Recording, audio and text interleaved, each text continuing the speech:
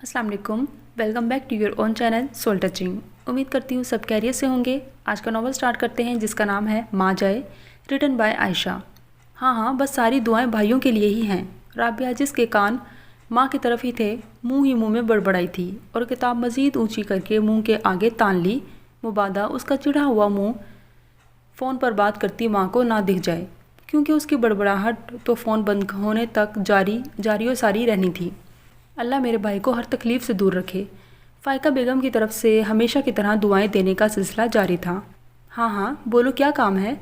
दूसरी जानिब से की जाने वाली बात के जवाब में कहा गया। लो आगे मतलब प्रस्त अपनी मतलब की बात पर। राबिया फिर से बड़बड़ाई थी। नहीं माजिद, इतने पैसे तो मेरे पास नहीं होंगे। तुम जानते हो अगर मेरे पास होते तो मैं तुम लोगों को इनकार नहीं करती। हाँ, वो तो तुम्हारी बात ठीक है कि मैं कुछ ना कुछ जमा करके रखती हूँ, मगर आजकल हालात ही ऐसे चल रहे हैं कि बचत हो ही नहीं पाती। और दूसरी बात ये कि राबिया की फ़ीस जमा करवानी है, तो इस बार माजरत है मेरे भाई। दूसरी तरफ से यकीनन इसरार किया गया था, जब भी उन्हें माननी ही पड़ी। अच्छा, अगर तुम कह रहे हो तो मैं दे देती हूँ, मगर 1 हफ्ते बाद ही ख्याल से वापस कर देना, फ़ीस लेट ना हो जाए।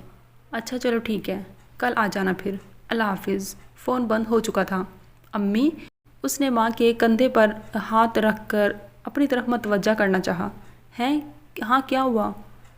फ़ाइका बेगम जो बुझी हुई स्क्रीन पर न जाने क्या तलाशने में मगन थी, यकदम से चौंकी। अम्मी, आप मेरी एक बात सुन लें। आप अच्छे से जानती हैं कि मैंने कितनी मेहनत से ट्यूशन्स पढ़ा कर अपनी फ़ीस के पैसे जमा किए हैं। अब अगर ऐन वक्त पर आप ये किसी को दे देती हैं तो मैं फ़ीस के पैसे कहाँ से भरूंगी? अभी 5-6 महीने पहले ही तो रफ़ीक मामू ने इतनी बड़ी रकम उधार का कहकर ली थी, मगर अभी तक वापस नहीं की। माजिद मामू भी वक्तन फ़वक्तन छोटी मोटी रकम लेते रहते हैं, मगर वापस करने की जहमत नहीं करते, तो अब वो वापस कैसे करेंगे? वो शदीद झंझलाहट का शिकार नज़र आ रही थी। तुम तो ऐसे कर रही हो जैसे तुम्हें फ़ीस नहीं बल्कि मेरी जान चाहिए हो। यूँ कमज़र्फ लोगों जैसी बातें मेरे सामने मत किया करो। माँ जैसे मोहब्बत क्या होती है ये तुम अभी कहाँ जानो, तुम्हें तो बस ज़बान चलानी आती है। उन्होंने बेटी को झिड़का था। अम्मी, मैं कह रही हूँ ना, बस अब नहीं, मेरी फ़ीस के पैसे नहीं देंगी आप। कैसे मामू हैं वो कि करीब रहते हुए भी उन्हें कभी ये ख्याल नहीं आया कि बहन से मिल ही जाएं, जो हर वक्त उनकी मुंतज़िर रहती है, मगर काम के वक्त ज़रूर बहन याद आ जाती है। साजिद मामू वो तो खैर किसी गिनती में ही नहीं है, वो तो आपको काम से भी नहीं याद करते। वो हर बार की तरह नॉन स्टॉप शुरू हो चुकी थी। मैंने अब तुम्हें थप्पड़ मारना है। मैं पूछती हूँ आखिर तुम्हारा क्या खा लिया है उन्होंने? ये तुमसे क्या मांग रहे हैं जो तुम उठते बैठते बातें सुनाती रहती हो? अल्लाह ना करे कि हमें किसी की भी आगे हाथ फैलाना पड़े, बस वो हमेशा देते रहने की तौफीक अता करता रहे। उन्होंने भी जवाबन कई मतबा की कही बात दोहराई थी। मेरे भाई ऐसे निकले ना तो मुंह भी ना लगाऊंगी। जा दफ़ा हो जा, बकवास ना कर।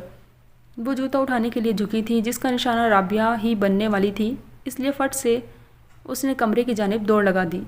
तो हाँ ना, ठीक ही तो कह रही हूँ, आपसे यही सच बर्दाश्त नहीं होता। उसकी चलती ज़बान को ब्रेक लगाना मुश्किल है नहीं बल्कि नामुमकिन था, इसलिए ये बरसते जूते भी उस पर असर अंदाज नहीं हुए थे। वो ये बात अच्छे से जानती थी कि उसकी माँ हमेशा ही मोहब्बतों को तरसी थी, कभी माँ के रूप में, तो कभी बीवी के रूप में, तो कभी बहन के रूप में, लेकिन फिर भी वो ये तंज के तीर बरसाने से बाज नहीं आती थी। बहुत से खामोश आंसू सहन में बैठी माँ के दुपट्टे पर गिरकर जज़ब हो गए। अगले दिन दोपहर में कॉलेज से वापसी के बाद हमेशा की तरह हाथ मुंह धोते ही किचन के खाने के लिए लपकी थी। अरे वाह, आज तो बहुत ही ज़बरदस्त खुशबू आ रही है। कौरमे की इश्तिहा अंगेज़ खुशबू से उसकी भूख मज़ीद चमक उठी। उसने अपने लिए खाना प्लेट में निकाला और तख्त पर जाकर माँ के पास बैठकर खाने लग गई। वैसे अम्मी, आज ये खाने पर इस कदर एहतमाम किस लिए था? उसने नदीदों की तरह खाने से इंसाफ करते हुए सवाल किया।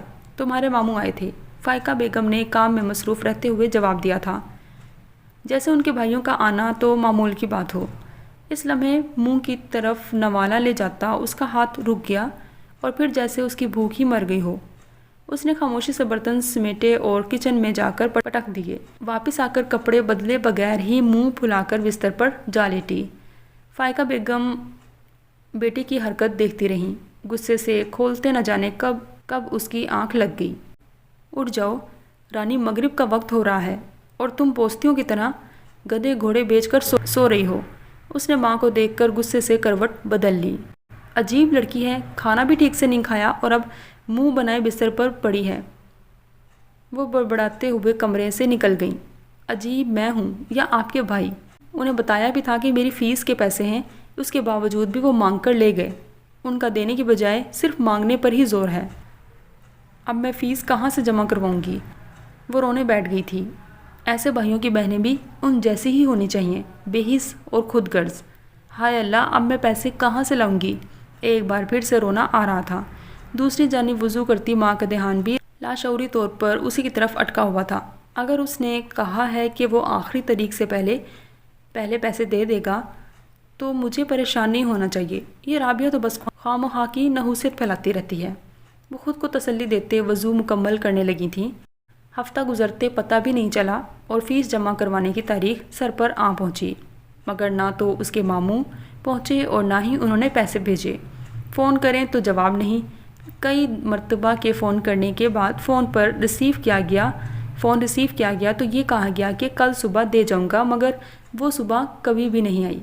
مجبوراً ادھر ادھر سے ادھار لے کر فیس جمع کروانی پڑی۔ وہ جو اپنے ماموں سے پہلے ہی نالاں تھی، مزید بدظن ہو گئی۔ رابعہ، تمہارا فون کب سے بج رہا ہے؟ کہیں علی کا نہ ہو؟ وہ دوپہر میں گھر آ کر کھانا کھانے کا کہہ کر گیا تھا، اور ولی بھی نیند سے جاگنے والا ہے۔ اس کا فیڈر بھی بنا کر رکھ لو۔ تمہارا کام تو ختم نہیں ہونا، اور اس نے دودھ کے لیے رو رو کر ہلکان ہو جانا ہے۔ رابعہ کی ساس نے متواتر بجتے فون پر اسے آواز دے کر ہدایت دی اور سوتے ہوئے پوتے کو دیکھنے چل پڑی۔ دوپٹے سے گیلے ہاتھ صاف کرتی فون کی جانب بڑھی۔